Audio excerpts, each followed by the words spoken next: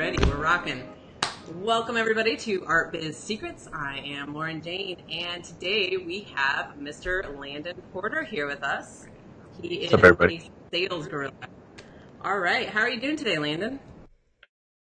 How are you today? I'm awesome. I got my coffee, and it's a good start to the day. Yes, it is. You make, what do you call it, rocket fuel? Yep. He's got some pretty strong coffee. So. Oh yeah. All right, so we are talking today about. It's okay, you can go by. Don't mind Ben. He needed coffee too. The cameo. I brewed it, but then I forgot to take it to my office. That's the worst.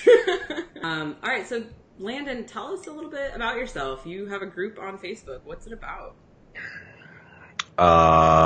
Gorillas and jungles. We run a group. So it's like a zoo or something?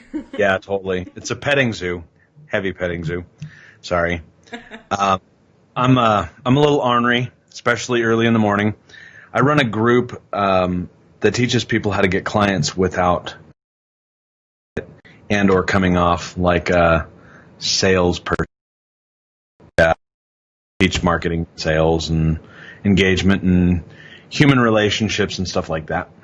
Awesome. Okay, so being authentic in your marketing, how can you apply that to artists? Like, I think one thing that a lot of artists struggle with is they want to sell their work, but they don't want to feel like they're being salesy, which is what you're all about not doing. Right. Well, artists generally have a pretty deep sense of individuality, right? Yes. Okay, so there's nobody on the planet that can be more you than you, right? Right. And if you're an artist and you're good at your craft, there would, by proxy, be people that want to own the stuff that you create, right? Okay. Why would you not give them the opportunity to have that stuff? That's true. There's a lot of ways to do sales-free marketing, quote unquote, which is, here's the stuff that I did, here's what I've got, here's what it costs, here's how you can get it.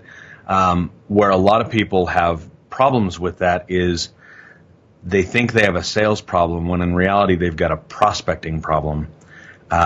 If you think about artists from the standpoint of who is it that actually follows an artist? Well, the people that actually follow an artist are people that are very interested in that artist's stuff. Whether you're a musician or a painter or a tattoo artist or whatever. And it's interesting enough to a very large group of people that a lot of people seem to be interested. The vast majority of the people that seem interested really have zero intention in buying your art. That's just something that we all have to understand. And when you're a lesser known or an unknown artist, getting somebody to buy your stuff can feel difficult because anytime somebody shows interest and you try and help them buy the thing, you get the maybe next time and all of that. Yeah. It's because you're talking to people that don't really have the intent to buy your artwork. Okay. So how do we go about changing that? Well, everybody that's in your group, I would assume, has watched art stuff on YouTube, right? I would assume so. Have you seen art channels where whoever the artist is does time-lapse videos of their drawings or time-lapse videos of their tattoo artwork? They're effectively building an audience, putting their artwork out there in a way that captures attention. That's the top of the funnel. And it's really easy to create a breadcrumb trail for those that they're interested here, then they're interested here, then they're interested here, and then eventually they buy your stuff without ever having to say, it's $17,000, here's how you get it. Right. So because you're bringing that up, you have an idea called the profile funnel. And what is that? So it's, like I said, like a breadcrumb trail. if you think about how business used to be done, you would meet somebody at a coffee shop and you would give them your business card. Well, what does your business card allow them to do?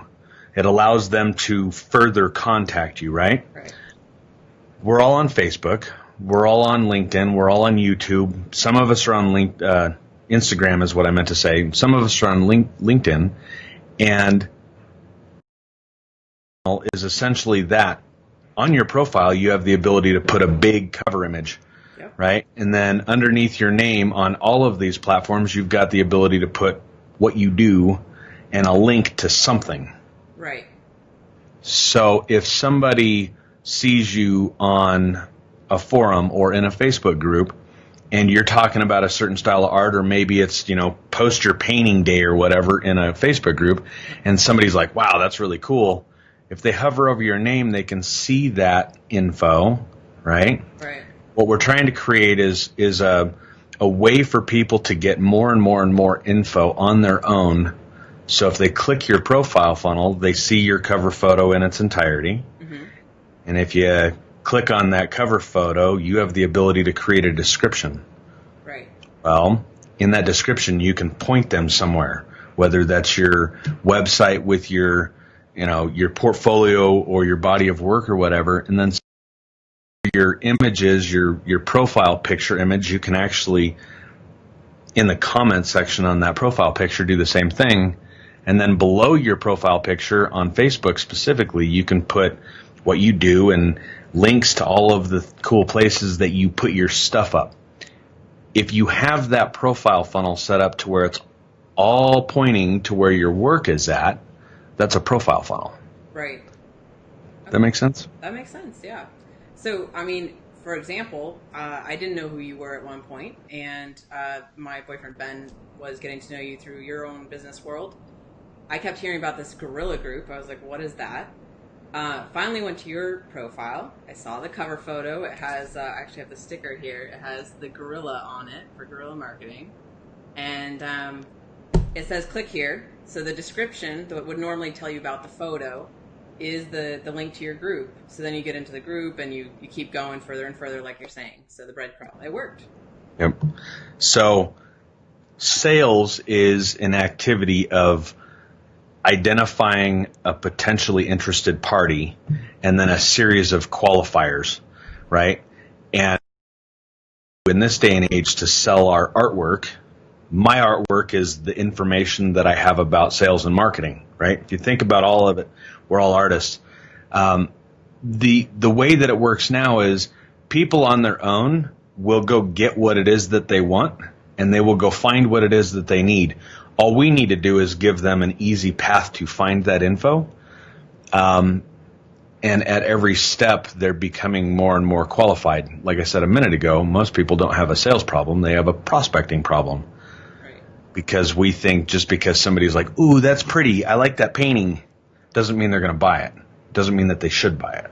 They're finding the right person who is going to want your work. Mm-hmm. Yeah. I think of marketing as just... it's just communication. Like it doesn't have to be manipulative. I think that's the main problem when people say it's being salesy or sleazy. It's when you're being like the used car salesman. Mm-hmm. That's what they don't like. And people I've heard lately a lot of artists saying that it's like a dirty word. Like marketing is a 4-letter word. It doesn't have to be. Well, and it's not if you stop trying to get somebody to buy who isn't the right. The reason why marketing and sales is becoming a dirty word in the artist world is because lots and lots and lots of people show a little bit of interest because you're putting your stuff out there for lots and lots and lots of people to see it. But when you initiate that conversation with what you think is a potentially interested person, in many cases they're interested in it enough to say that's cool, but they're not that enough to further look at the other artwork that you've done. So if you corner that person and try and have a conversation with them, mm-hmm. you're going to feel icky, they're going to feel icky, and then all of a sudden this marketing thing is a dirty word. It's just not the case. Right. I liken it to a car dealership, right? Car dealership on the main drag. Well, the people that come into the car dealership are actually interested in looking at that artwork. But all of the people that are saying, oh, that's cool, they're driving by the dealership on the main drag. When you're trying to have a conversation with somebody that's high, it's never going to be a fit. Right. So finding someone who's really actually interested, who's not Right. just looking. Right. So a profile funnel acts as the drive off of the main street, right? Somebody pulls in off of the main street, and then they pull into the parking lot, and then they get out of their car, and then they end up in the showroom, and then they go look for a salesperson, and then they have the conversation about financing or whatever, right? That's all on their own. If you can look at it from that perspective, there's a lot of people that drive by that car dealership all the time. There's a lot of people that drive by your artwork and say, well, that's cool. Wow, that's pretty. Ooh, I like that. Right. They're not ready. So you got to warm them up. You don't got to warm them up. You've got to identify who is warmed up. And you do that by letting them go step 1, step 2, step 3, step 4 through your profile funnel and saying, I really like that. How much is that? That's essentially saying, I think I want. Right. Right? Well, and like the way that you have your Facebook profile funnel set up, it's a lot more like automation. Like you're not having to be as actively involved. They are figuring it out for themselves before they're even talking to you. Right. But we have a couple people on. I'm going to try our new on Ecamm Live. You can do an overlay of the comments. So I'm going to try this out. We got Sharon Folk on here. Oh, there it is. What's up, Sharon? It says, hi, guys. Hey, Sharon. All right. It worked. All right. Jack Void is on here as well. There we go. He says, Lauren, you need some mugs with more artistry. So my mug has on this side all the other dance, love, seeing, live. But I do actually have some of my art on mugs. I know from this side it looks very plain. They're in your group. What kind of art do they do? They appear to be all over the place. I even like costumes like, what was it? She was making some turn of the century type costumes, it sounded like. But I would say probably mostly painting, drawing, photography, the classic kind of things. We got, Amy Bernier is in the house. What's up, Amy? Like, good morning, you two. All right. The punchline, to use Gary Vee's terminology, for people who do artwork and are looking to have other people pay them for artwork that's already created, meaning we're not talking commission work, is to build a platform, build a stage, and then demonstrate the artwork. Which is why I brought up YouTube earlier. YouTube is a really great way. Yes, in many cases you need to figure out how to use a camera, and then you've got to edit videos and whatever. But you're able to put your artwork and your work in front of a lot of people that could be potentially interested.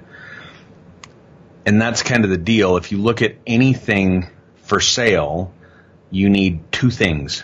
You need what it is, and then you need traffic, which is why paid traffic for marketing works so well. How do you sell artwork without just driving a bunch of paid ads to it? You still need to have traffic. What's the fastest way to do that? Build a stage where your interested people hang out, Facebook, Instagram, YouTube, wherever, and then demonstrate your work by demonstrating you doing your work, and you will build an audience around that. And the people that are, let's be real, I can't imagine anybody that's in your world is, I just like doing my art and I don't really care if anybody ever even sees it, right? Ultimately, we all want to be paid millions of dollars a year for doing this amazing thing that we do, and how do you get there? There are artists that believe that. They just want to make it for fun, and that's totally awesome, but this isn't the group for that. This is right. Like how to actually make money doing the thing you love. So to do that, to get to the point where your now $300 piece of art is $3,000, and then it's $3,000, but now it's $13,000 because so many people want your stuff that you can raise your prices. Ultimately, that's where most people want to get, right? You don't get an amazing tattoo that takes 3 or 4 sessions for $300 or $400. Mm-hmm. You get an amazing tattoo that's 3 or 4 sessions for $7,000 or $8,000, right? Amazing artwork and well-known artists who can really charge a lot for their money have built an audience. It's much like somebody who writes a book. If you're a total unknown, cool, you might be a New York Times bestseller, but that doesn't mean you make $1 million from your book because that can be manufactured. Right. But when a large audience knows about your work and loves your work, that's what we're talking about. How do you build an audience for your artwork? Yeah. Make sense? Yeah, it makes sense. If anybody has any questions, feel free to let us know. So we talked about the profile funnel. I think I have a pretty good understanding of it. If you guys have any questions, let me know.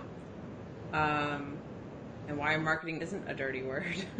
I mean, really, it's just coming to the stage and being your authentic self and saying, this is my stuff, you want it. Mm-hmm. Well, and here's another question. In the 80s, when Bob Ross was doing his TV show, right, mm-hmm. teaching people how to paint on TV, I don't remember him throughout the entire TV show saying, here's how much it costs to buy my book. Here's how much it costs to get my whatever, right? Right. He did his thing, and then at the end of that, there was another screen that came up, and it wasn't even him that said it, and it was just, if you'd like XYZ, call this number, right? That's marketing. What people think of dirty marketing is the 3-foot rule taught in network marketing. Talk to everybody within 3 feet of you. Don't do that, because that is dirty. Yeah, that is dirty. So speaking of like the sales conversation. So let's say I am at an art event and displaying my work. Someone walks up and they're looking at it. They seem interested, but they haven't committed yet. What are some things that I could say to them to get the ball rolling, to get them into the zone of, warming them up, basically?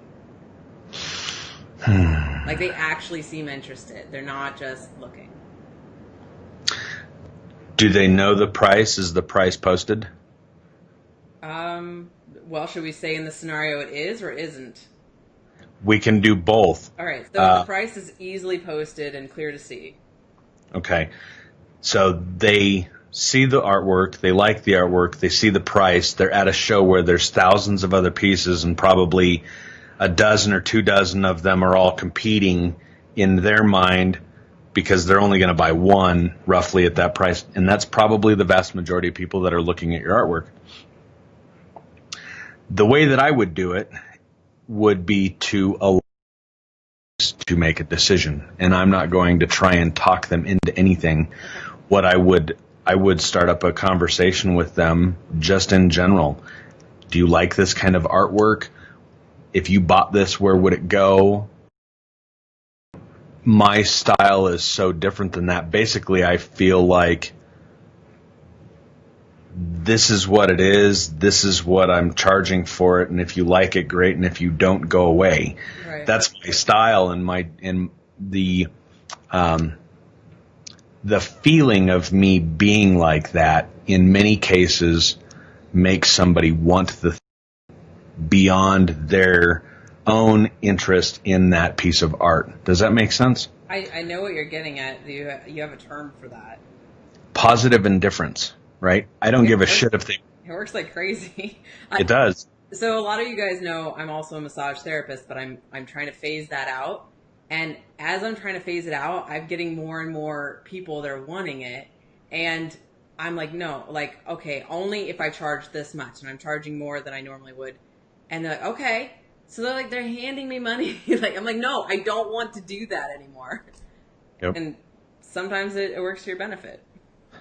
So people are really turned off by needy and pushy and being steered in a direction. Mm-hmm. And when you can reverse that a little bit, I mean, just like what you're explaining. And the more you're like, no, I don't want to do that, the more people will be willing to pay you more money to do the thing because they feel like I need it because I can't have it. I want it more. A little bit of scarcity, maybe. Right. And the key to it is to really actually you're experiencing that, Lauren, is because you legit want to stop doing that so you can go do the art thing. It's a you feeling thing. Yeah. So what could somebody say at an art show when somebody shows actual interest in their painting? There's a lot of things you can say. And almost everybody is going to try and start a conversation like I went into a minute ago. Where would you see you hanging this? And, the problem with that is... What do you think of that kind of saying, like, what kind of art do you collect? And where would you hang this in your home? Stuff like that. Mary, how much do you weigh? Yeah, I do. Mary, how much do you weigh? Bob, how much money do you have in your bank account? Those kinds of questions. Too personal. Right. You've got to really be... Here's another term that I use on a regular basis, social acuity. It's the ability to read a room and then understand how to operate in that room, meaning you got to be able to read the people, and a lot of people don't have that. When you ask questions that somebody feels like you're going to get responses that stem from that. It's the best way to put this. Have you ever been to an art show where there's like a really famous artist there or somebody who's really well known and their artwork is like known? They're nice and they're cordial, but they're totally aloof when it comes to dealing with the people that might be interested in their artwork because they are content in their ability to have their artwork sell, and therefore people want it more, just like you with the massage. Amy Bernier says that, like dating, I'm going to put this up on the screen here. She was talking about in reference to, like, the positive indifference, I think. And I've heard you talk about it, like, in reference to dating. And it is kind of that way. Like, could you describe that positive indifference in reference to dating and then making that with marketing? Sure. So when you're dating somebody and you're kind of having fun and it's got your interest, you're content and your needs are met. And the people around you that could be a suitor become much more interested in wanting to date you because what you're putting off as far as positive indifference goes is, yeah, that's cool and that might be fun, but I am totally taken care of over here. And people want that. It's the same thing with marketing. When you're content in the fact that people are totally in love with your stuff and it just flies off the shelf, that feeling is positive indifference. When somebody shows a little bit of interest, you're like, yeah, okay, whatever. Yeah. Versus, oh, where would this go? And like, does this match your curtains? And right. So like a confidence versus being very needy and desperate and hungry. Totally. Yeah. Okay. Ben Perry has a question. Let me see. I'm going to put him on here. I'm loving that I can put the questions and comments up on here. All right. What if people have been burned before from trying to sell their art and believe in their heart of hearts that most people are idiots and don't know what good art is, even if it came up and bit them on the ass? Thank you, Ben Perry. So if they've been burned before trying to sell their art and then they believe people are idiots. Well, if they've been burned before, is that somebody asked them to do a piece of art and then they didn't pay them once the art was complete? Or I want that thing, I want that thing, I want that thing, and they never pay for it? Like, let's clarify this a little bit, Ben. Mr. Perry? I mean, I think that is some of the things that we experience a lot is being burned, like, and dealing with the confidence of, like, people saying they want something and then they don't, and trying to overcome that feeling of, like, I mean, putting yourself out there and hoping people like it's very sensitive thing to do. It's very vulnerable. It is, and you're going to have to get over yourself if you want to sell your artwork. And Just because you and some people think your artwork is amazing doesn't mean that everybody that's willing to pay you a compliment is interested in paying for it. And if somebody is really wrapped up in the moment of this piece of art, it's elicited an emotion in them. And just because that happens today and they say that they want to buy it when they get paid next week or next month doesn't mean that they're going to have that same emotional attachment at that time. And so for me, what that comes down to is either they want it or they don't, and they're going to vote with their dollars, and I'm not going to try and talk them into it. Yeah. And if you're going to be successful selling your art and being able to raise your prices and become known as an artist to an extent that people want to pay you for your stuff, you're going to have to get some thicker skin because most people suck. That's just a fact. I think what you said, like getting over yourself, that's like something I would like underline. Like, and that's hard to do, but I think that's really a good point. Like being able to almost like separate yourself from that vulnerability and emotional attachment and ego with your art.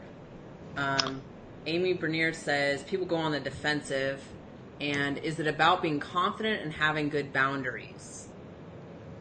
Yes. Yeah. Yep. Yeah. Look, I like art. I've got some art, right? I watch a couple of people on YouTube.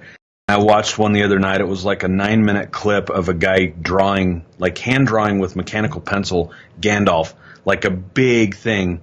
And I was like, wow, that's really cool. Like, I would really like that. Like, I'd pay $1,000 for that. And then at the end, the guy describes that it was 72 hours worth of work. And I'm thinking, right, 72 hours worth of work, there's no way that he's going to sell it for $1,000. It's amazing, and I totally dig the guy's work, and I have the means to do that, and I'm really interested. But if it's $3,000 or $5,000 or $7,000, it's not worth it to me. There are people out there that will pay you what you think your art is worth. You just got to find them, and how you find them is not by talking to every interested party. Okay. How do you find them? I think that's a big question all artists have. Where are they? Yep. We have this thing called the internet. It allows you to pick a place on the internet where you can build out your stage and demonstrate your art. And then you need to connect and communicate with the communities on the internet who would be the right person for your artwork. And by doing so, you are creating a traffic stream on YouTube, Instagram, Facebook, wherever, that you're essentially putting your artwork in front of those cars that are driving by, the people that are on the internet naturally looking for your stuff. And you create a profile funnel and then a relationship funnel that you allow them to come down through that process. And the way I go about it is I don't really interact with them until I want it. I need it. I have to have it. How much is it, and where do I put my money?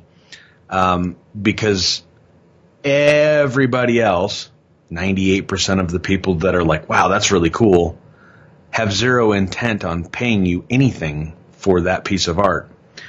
And when you interact with those people and you get the no's and all of that, and it feels weird and it's awkward and it doesn't, your confidence drops drastically. And then when you do have somebody that's actually interested in paying you for it, you feel like you suck, and then they don't buy it because you don't have confidence.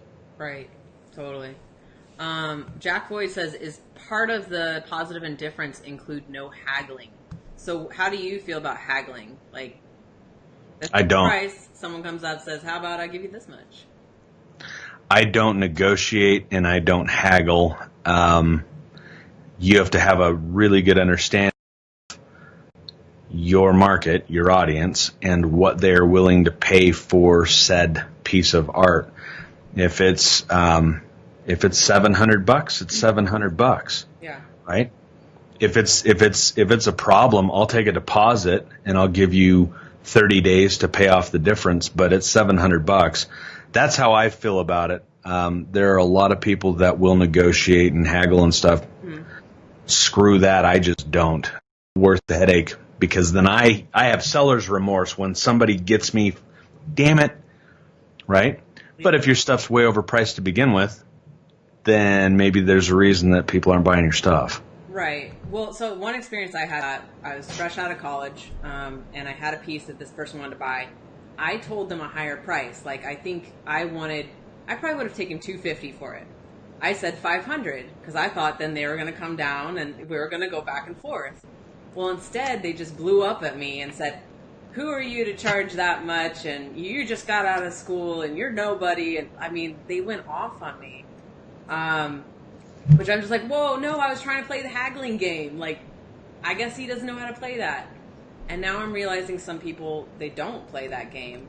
So it is interesting, you know what I mean? Like some people are prepared for that, and I'm building it into my prices to be able to come down. But maybe it's not a good idea. When you go to the grocery store, do you have the ability to negotiate the prices on the stuff on the shelves? If you're in another country, maybe. Okay. When you go to a furniture store, yeah, right? Right. If you go to a gallery, if you went to a fine art gallery and the picture's $15,000, do you haggle with the artist? No. I mean, right. In that situation, I feel like it would be so out of line just because it would be such a proper place to be. Right. But I think it's when you get into like the smaller art shows, like an art festival on the street kind of thing. That's when people feel like, oh, I can do that, right? Maybe it's the fact that it's a bunch of people in tents. Like it comes across like the same way as like in India, the open air markets. Like, oh, that's where you haggle. Yeah. I don't know. I would just not. And if it's $500 and somebody got upset, then I would flat out right then and there say, well, then you can't have it at any price. Go away. Yeah.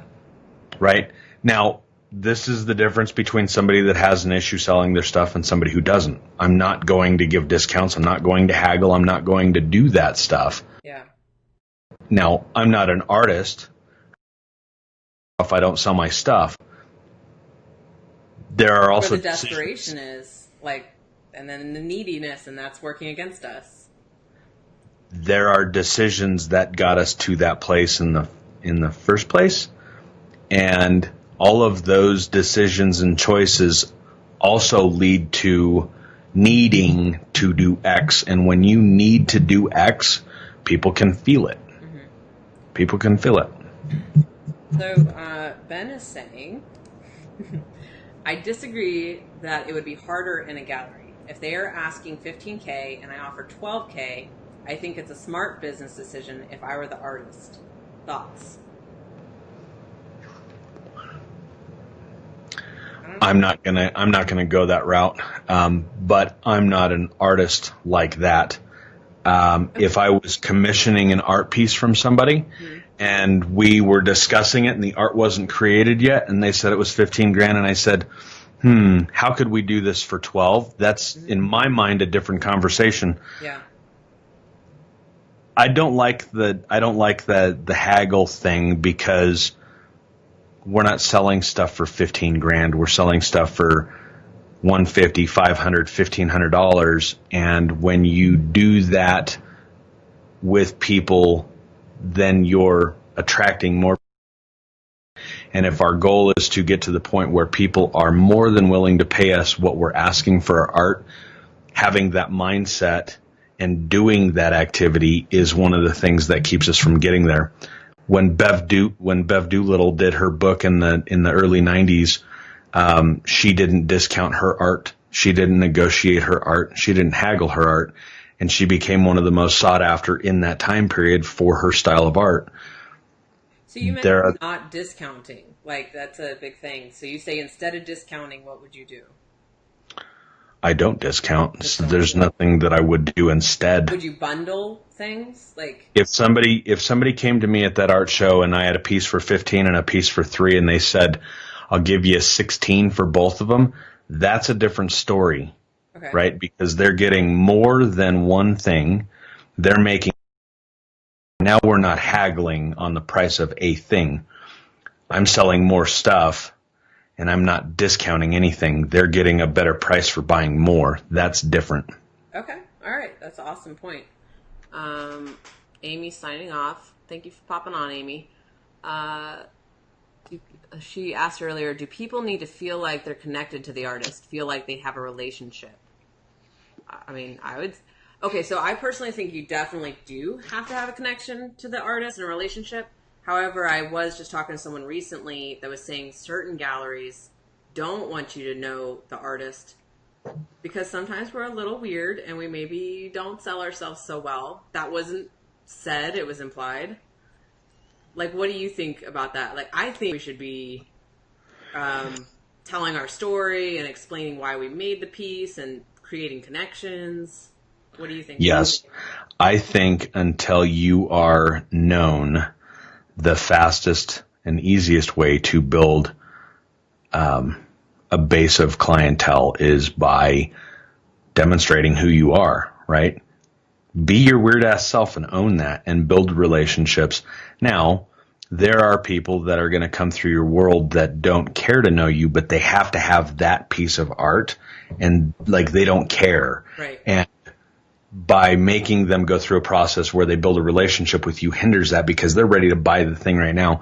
That is much fewer and far between than somebody like watching you and seeing a little bit more of your work and seeing a little bit more and kind of falling in love with your style.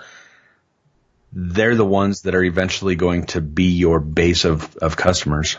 And I think it takes building a relationship to do that. Do you think you can ruin the sale by telling the story behind the piece? Like maybe one person, like the one back behind me here, anybody can come to it with whatever thoughts they have. And maybe if I explain what the meaning behind is, it might ruin it.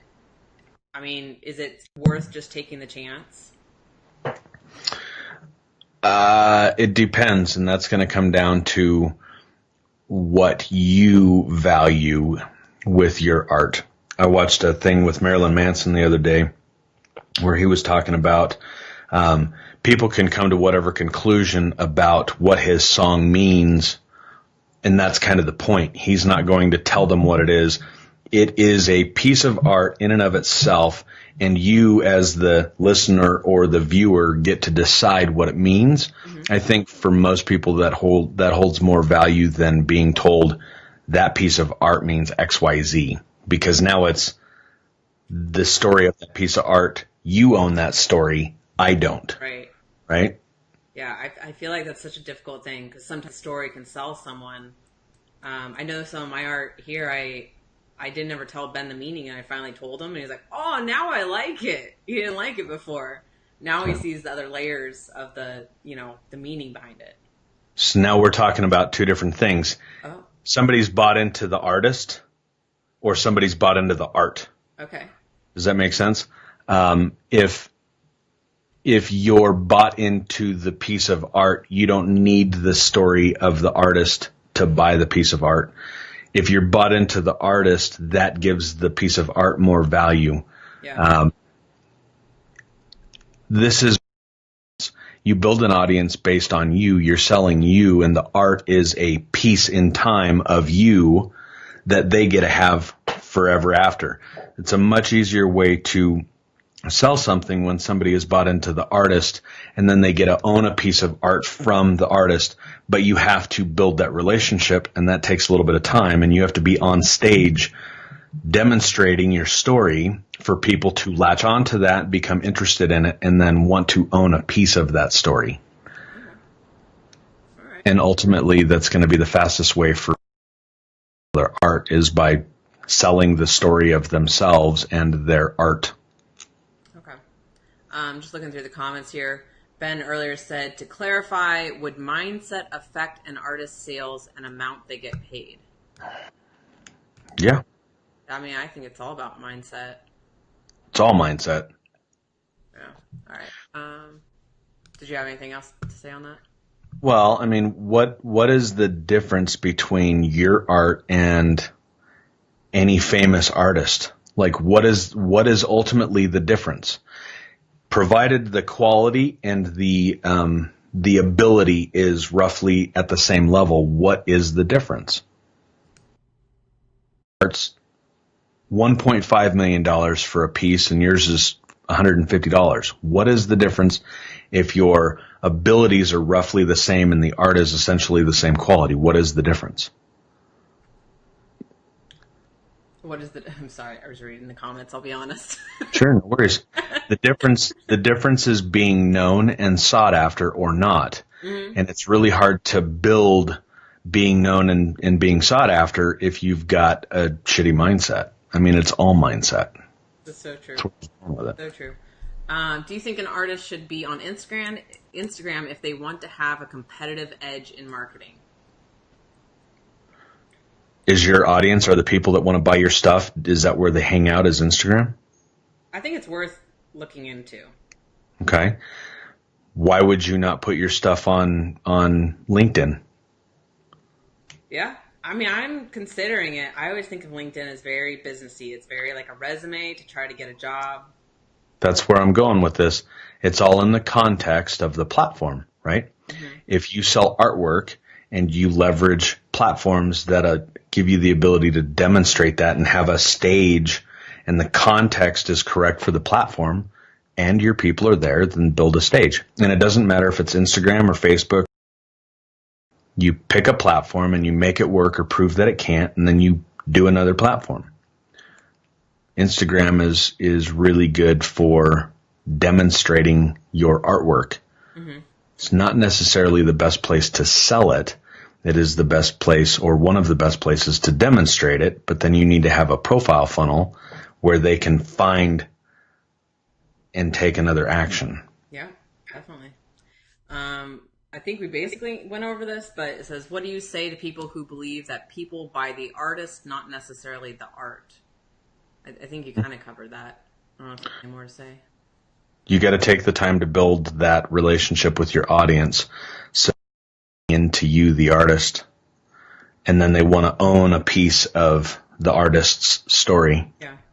And I like how you say, like, be your weird ass self. Like, I know you say that a lot. And just give yourself permission to be who you really are and, like, not try to fit into a mold. Yep. Yeah. You will find more true fans by being your true self, and you will have an easier time selling your artwork by being your weird ass self and just recognizing that you're not for everybody. Yeah. Not everybody's going to like your art or you, and that's okay. Yep. That's good. It's like filtering out your actual prospects. Yep. All right. Any last questions? Any last things that you want to share knowledge about marketing for art? The best way to do this is to pick a platform, and it doesn't matter which platform it is, and to put in the time and effort to build that stage. So when people are passing by and you've caught their attention, you can continue to build a relationship by continuing to catch their attention with more art and more story and more art and more story. It's a long game play. Going to all of the art shows and trying to sell your stuff is not really, in my mind, the best use of your time. So maybe just like a little bit of that for networking, but then focusing on trying to use the internet to your advantage. Like, right. You have 1 million more customers than potential customers. Yep. Let's see. We have Jack Boyd says, thank you for the mindset comment. It is hard to fight the jaded attitude at times. Positive. Yeah. A lot of jaded artists out there. Well, most really well done art is done by somebody who's emotionally tormented. Yeah. Right? And there's no way around that. But when you're dealing with other people, the mindset needs to be of positive indifference and not need. Yeah. Having confidence in your stuff and what you're putting out there. And here's my thing. Here's how you get it. How do you say that again? Well, there's a lot of ways to say that, but here's what it is. Three-part thing that you always say. Here's what it is. Uh-huh. Here's how you can get it. I've gotten down to 2 parts. Okay. Yep. Simplified. Here's what it is. Here's how you can get it. Jack Boyd says, "Marry me, Landon." All right, you got a fan. Awesome sauce. Oh, God. You're winning some of my people over. That's good. All right, I'm sorry. So here's my thing. Here's how you get it. Uh-huh. Yep. Simple as that. That's what marketing is, huh? Basically. And the people who want that thing will get that thing. And the people that kind of want that thing will kind of always want that thing, but they'll never get it. Mm-hmm. Mm-hmm. We got Kevin Abbott on here. He's a very successful artist that I believe he had galleries up in New York, and he is my group. Very happy to have him here. He says, some good points, long time play, a lifetime. I've been at this for 40 years, as most of my peers have been. We all continue to develop both our work and our followers and collectors. So, yeah, he's a good example of the long game. Yep. For anything that you create, ultimately that's what it comes down to, is building an audience that are madly in love with that thing. Look at the people that fawn over Stephen King and his body of work, right? He didn't have that right out the gate the first time he wrote a story. He built a following. Led Zeppelin, when they first came out, people were like, what the hell is this? They're one of the biggest rock bands and most followed bands ever. If it's your craft and it's the thing you love doing, you build an audience around it, and it's a long-term, lifetime thing. It's just how it goes. Yeah, I like it. Any last questions, guys? I think we've got some really, really awesome, helpful knowledge out of you. I hope so. I hope so. I think I feel like a lot hear me and they're like, "Damn it!" But that doesn't like tell me how to go sell my stuff. And I think that's the piece that a lot of people are missing is if you're good at the thing that you do and you put it out in front of the public and allow people the space to make their own decision, you don't have to sell anything. Yeah. It's not a trick. Right. Yep. Just do it. Mm-hmm. I love it. All right. We got, Jack says, I'll let the freak flag wave high. Ben says, thanks for popping on with us. Yeah, so I think this has been awesome. Thank you very much.